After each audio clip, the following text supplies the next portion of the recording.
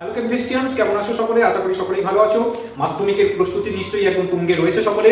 তো মাধ্যমিকের ভৌত বিজ্ঞানের আরেকটা সাজেশন চ্যাপ্টার নিয়ে চলে এসেছি, সেটা হচ্ছে অজৈব এবং শিল্প রসায়ন। ঠিক আছে, তো এখান থেকে মেনলি তোমাকে 2 মার্কের বিভিন্ন ধরনের রিঅ্যাকশনের কোশ্চেন গুলো দেয়, তার মধ্যে থেকে সিওর শর্ট কয়েকটা কোশ্চেন নিয়ে আজকে আমি চলে এসেছি। তার মধ্যে একটা কোশ্চেন প্রথম যেটা আমি আলোচনা করছি সেটা হচ্ছে উত্তপ্ত কিউপ্রিক অক্সাইডের উপর দিয়ে অ্যামোনিয়া গ্যাস চালনা করলে কি ঘটবে সমীকরণ সকলে। ঠিক আছে, খুবই গুরুত্বপূর্ণ কোশ্চেন এবছরের জন্য। দেখে নাও, তাহলে উত্তপ্ত কিউপ্রিক অক্সাইড আমরা জানি CO, তার উপর দিয়ে আমরা কি করছি না অ্যামোনিয়া গ্যাস চালনা করছি। তো উত্তপ্ত কিউপ্রিক অক্সাইডের উপর দিয়ে যদি অ্যামোনিয়া গ্যাস চালনা করা হয় তাহলে উৎপন্ন কি হবে না, ধাতব কপারে লাল বা বাদামি বর্ণে তোমার হচ্ছে একটা পদক্ষেপ উৎপন্ন হবে, সঙ্গে উৎপন্ন হবে তোমার হচ্ছে নাইট্রোজেন গ্যাস, আর হচ্ছে কি না জলটা উৎপন্ন হবে। ঠিক আছে, অবশ্যই এটাকে ব্যালেন্স করবে।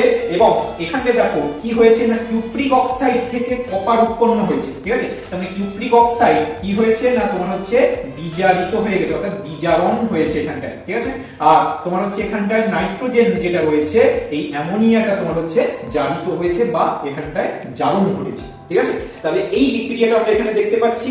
এবং এখানে কি হলো না, কিউপ্রিক অক্সাইডের মধ্যে দিয়ে যখন আমরা অ্যামোনিয়া গ্যাসটা চালনা করছি, তো সেই অ্যামোনিয়া গ্যাস চালনা করলে লাল বর্ণের কপারে তোমার হচ্ছে পদক্ষেপ উৎপন্ন হবে, সঙ্গে নাইট্রোজেন গ্যাস উৎপন্ন হবে, আর হচ্ছে জল উৎপন্ন হচ্ছে। ঠিক আছে, অবশ্যই এই বিক্রিয়াটা করে রাখবে। এই কোশ্চেনটা আরো বিভিন্ন রূপে তোমাকে দিতে পারে। ধরো তোমাকে বলছে যে অ্যামোনিয়ার একটি বিজারণ ধর্মের উদাহরণ দাও, তখন কিন্তু এই রিঅ্যাকশনটা আমরা দিতে পারি। অথবা কোশ্চেনটা এরকম দিতে পারে যে অ্যামোনিয়ার মধ্যে নাইট্রোজেন রয়েছে, সেটা তুমি কোনো একটা পরীক্ষার মাধ্যমে দেখাও। সেম কোশ্চেন সেম অ্যানসার, এটাই তোমাকে দিতে হবে। এর পরের কোশ্চেনটা হচ্ছে অ্যামোনিয়ার জলীয় দ্রবণের মধ্যে দিয়ে যদি আমরা ফেরিক ক্লোরাইড দ্রবণ যদি যোগ করি তাহলে কি ঘটবে সমীকরণ সকলে। ঠিক আছে, তাহলে অ্যামোনিয়ার জলীয় দ্রবণ মানে সেখানে কি রয়েছে না, অ্যামোনিয়াম হাইড্রোক্সাইড রয়েছে NH4OH, তার মধ্যে আমরা কি অ্যাড করছি না, ফেরিক ক্লোরাইড FeCl3 আমরা অ্যাড করছি।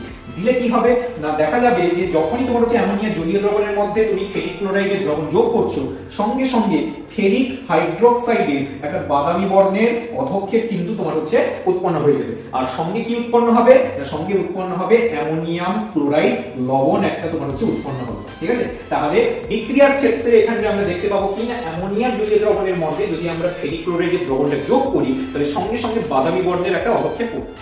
এই চ্যাপ্টারের আরেকটা তোমার হচ্ছে 100% কমনযোগ্য একটা কোশ্চেন হচ্ছে, ধরো তোমাকে বলা হয়েছে যে সিলভার নাইট্রেটের দ্রবণ রয়েছে, সেই সিলভার নাইট্রেটের দ্রবণের মধ্য দিয়ে যদি তোমার হচ্ছে H2S gas, hydrogen sulphide gas চালনা করা হয় তাহলে কি ঘটবে সমীকরণ সহ লেখো। ঠিক আছে, তো সিলভার নাইট্রেটের সংকেত আমরা জানি কি না AgNO3 হয়, তার মধ্যে দিয়ে কি করা হচ্ছে না H2S গ্যাস চালনা করা হচ্ছে। তাহলে কি ঘটবে না, যখনই H2S গ্যাস চালনা করা হবে সঙ্গে সঙ্গে সিলভার সালফাইডের একটা কালো বর্ণের পদক্ষেপ কিন্তু উৎপন্ন হবে, আর দ্রবণের মধ্যে উৎপন্ন কি হবে না, নাইট্রিক অ্যাসিড।